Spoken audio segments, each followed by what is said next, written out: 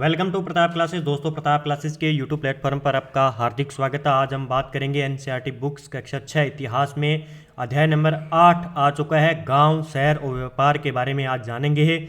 किस प्रकार गांव थे, शहर थे और व्यापार किया जाता था। ये औजार देख सकते हो, किस प्रकार के औजार काम में लिए जाते थे।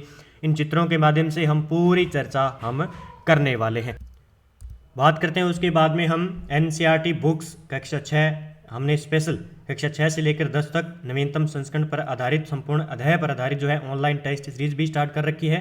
आप सीटेट एग्जाम की तैयारी कर रहे हैं, चाहे आप रीट लेवल सेकंड के एग्जाम की तैयारी करें या यूपीएससी की तैयारी करें या कोई भी एसएससी की है, जैसे सेंट्रल लेवल की है जहाँ पे केवीएस की आप तैयारी करें या यूजीसी नेट की तैयारी करें, तो एनसीईआरटी का मैटर आता ही आता है। तो 100 रुपये में मात्र आपको online test series Pratap classes पर उपलब्ध हो जाएगी।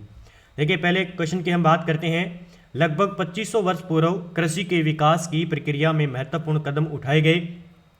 निम्नलिखित में से कौन सा उन उपायों में से सम्मिलित नहीं। आपको पता है कि 7000 वर्ष पूर्व पहले मेहरगढ़ के अंदर जो है हमें किसके साक्ष्य मिले थे, कृषि के साक्ष्य मिले थे। तो उसी आधार से हम 2500 वर्ष पूर्व यानी कृषि के विकास की प्रक्रिया जो स्टार्ट हुई, उसमें हम बात करें हल के फाल के लिए लोहे का प्रयोग था। ठीक है, धान की रोपाई होती थी, सिंचाई के उपाय थे।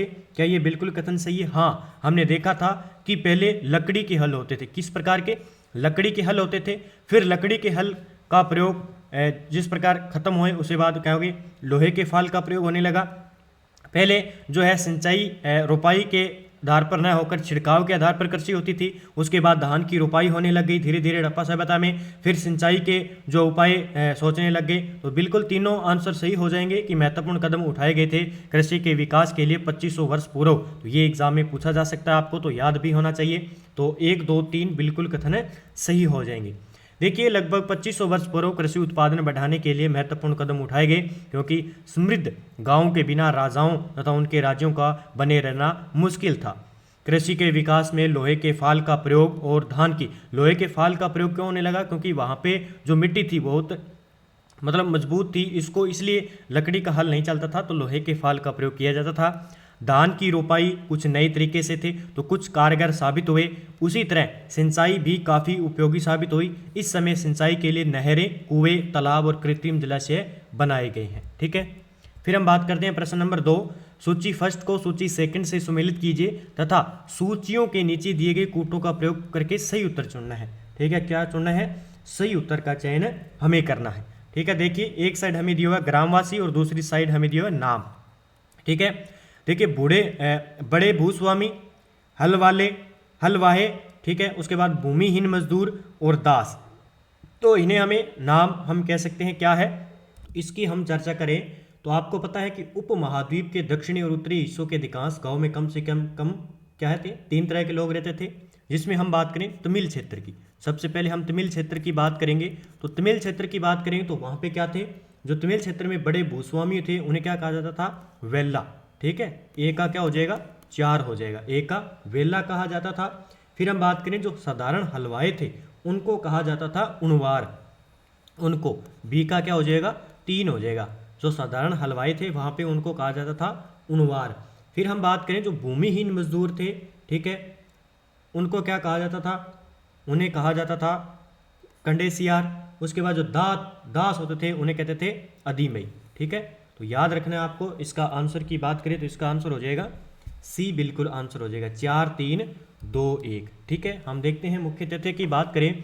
भारतीय उपमहाद्वीप के दक्षिणी तथा उत्तरी हिस्सों के अधिकांश गांवों में 2300 वर्ष पूर्व कम से कम 3 तरह के लोग रहते थे, जिसमें तमिल क्षेत्र में भूमि स्वामियों को वेल्ला और साधारण हलवाओं को उणवार कहा जाता था। वहीं भूमिहीन मजदूर जिनमें दास भी शामिल है उन्हें कडेसियार कहा जाता था या अदीमई कहलाते थे। ये नाम संगम साहित्य में उल्लेखित है। ये जो है तमिल के अंदर है संगम साहित्य, वहाँ पे ये नाम जो है गाँव के मिलते हैं। ठीक है, उन लोगों के मिलते हैं जो क्षेत्र थे उस प्रकार के। ठीक है, उसके बाद हम बात करेंगे प्रश्न नंबर 3 की।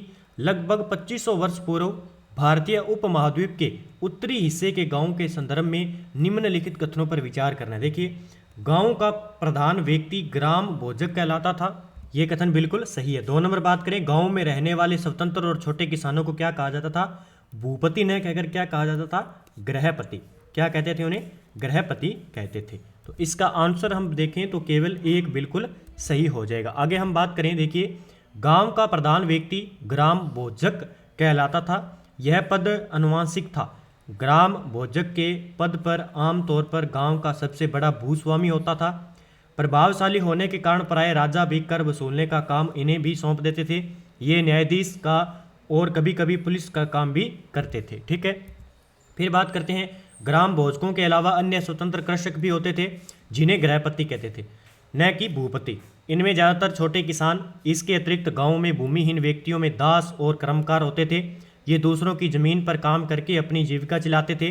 अधिकांश गांव में लोहार जैसे कुम्हार, बढ़ई तथा बुनकर जैसे कुछ शिल्पकार भी होते थे। फिर बात करते हैं हम आगे, प्रश्न नंबर 4, संगम साहित्य निम्नलिखित में से किससे संबंधित है? देखिए मैंने पहले बताया था संगम किससे है? तमिल साहित्य से। संगम साहित्य का संबंध किससे है? तमिल से है। किस क्षेत्र से? तमिल क्षेत्र से। ठीक है, तमिल की प्राचीनतम रचनाओं को संगम साहित्य कहते हैं। इनकी रचना लगभग 2300 वर्ष पूर्व की गई थी। इन्हें संगम इसलिए कहा जाता है क्योंकि मदुरै के कवियों के सम्मेलनों में इनका संकलन किया जाता था। फिर बात करते हैं, भरूच बंदरगाह से होने वाले आयात निर्यात के संदर्भ में निम्नलिखित कथनों पर विचार करना है। किससे? भरूच बंदरगाह से। ठीक है, तो इसका आंसर की बात करें तो इसमें थोड़ा हम देखें तो यहाँ शराब, तांबा, टीन, सीसा, मूंगा, पुखराज, कपड़े, सोने और चांदी के सिक्कों तथा हाथी दांत का आयात था। बिल्कुल गलत है।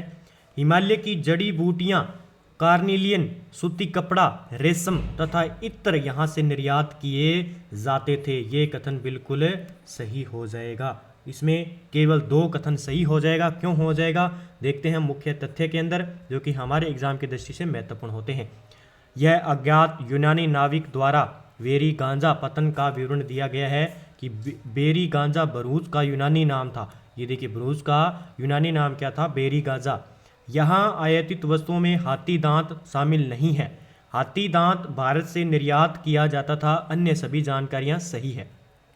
यहाँ आने वाले लोग राजा के लिए चांदी के बर्तन, गायक किशोर, सुंदर औरतें, अच्छी शराब, उत्कृष्ट महीन कपड़े जैसे अनेक विशेष उपहार लाते थे। ठीक है, फिर हम बात करते हैं प्रश्न नंबर 6 की, विनिमय के साधनों के संदर्भ में निम्नलिखित कथनों पर विचार करना है। विनिमय यानी वस्तु के बदले वस्तु देना। विनय का अर्थ होता है विनिमय के बदले वस्तु देना। ठीक है, तो इसमें देखिए आहत सिक्के सबसे पुराने सिक्के थे, ये जो टीन के बने होते थे। बिल्कुल गलत है।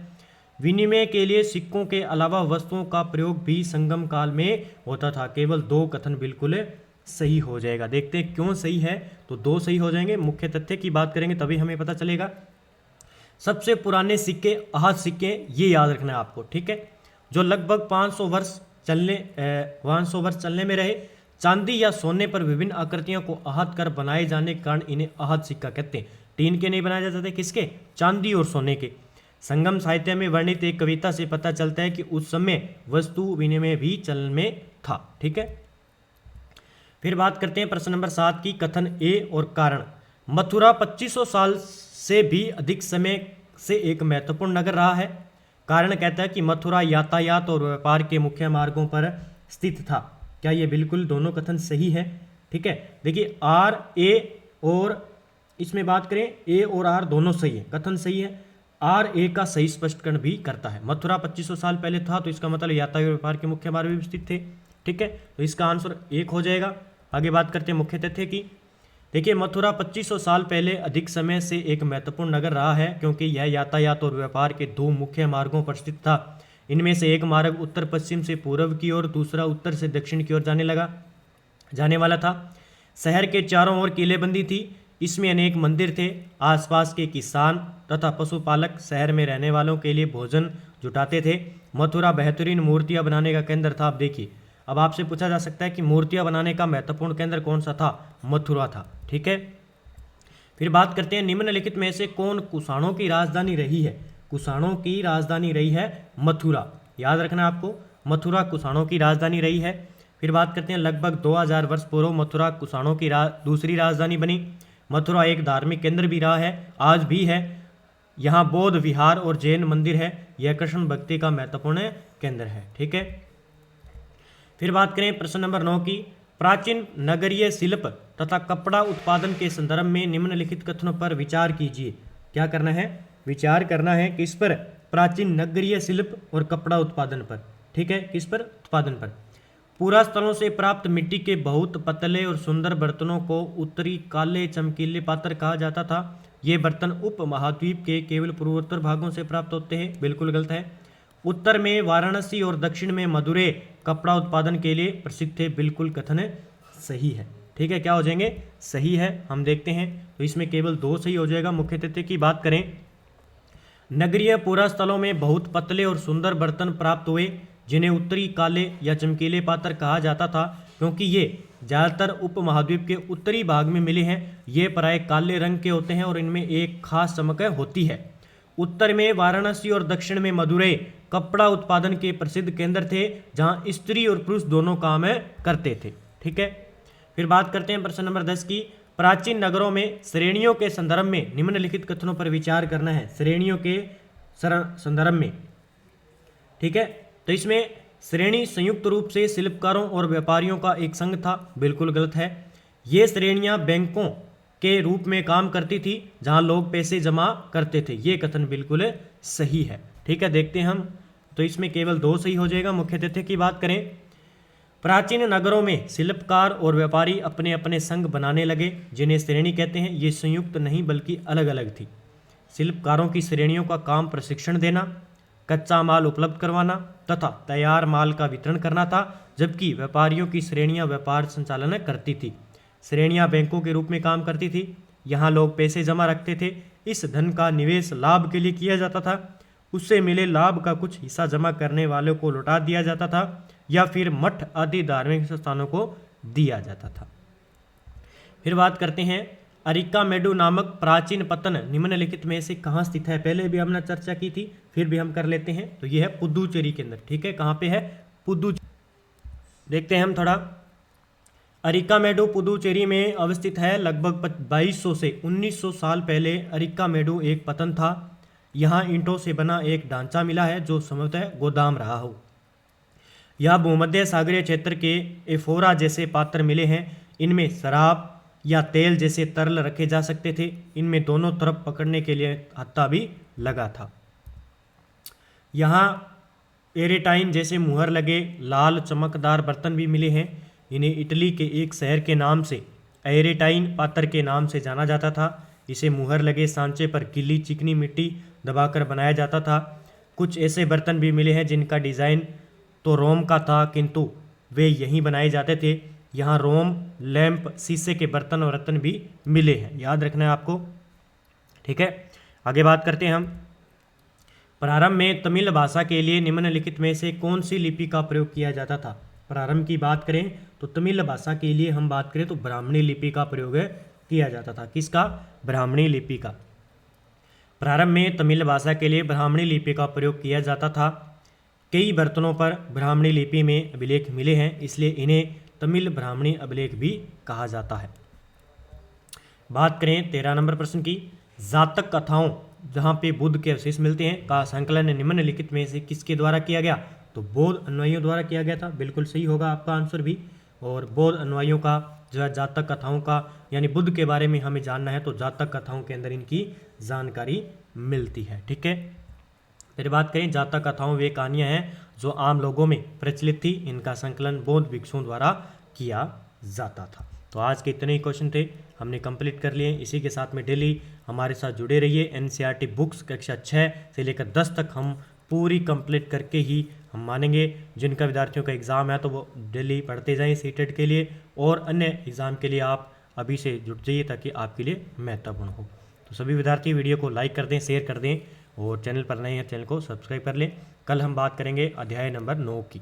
ठीक है, अध्याय नंबर 9 की चर्चा करेंगे। उसके बाद 10 फिर हमारी जो है कक्षा 6 की हिस्ट्री कंप्लीट हो जाएगी। हम उसके बाद में राजनीतिक कक्षा 6 की पुस्तक के बारे में चर्चा करेंगे। ज़्यादा दिन लगे नहीं, लगभग 2 या 3-4 दिन में हम उसे कंप्लीट कर लेंगे। उसके बाद कक्षा 7 हम स्टार्ट कर देंगे। ठीक है, तो जय हिंद, जय भारत दोस्तों।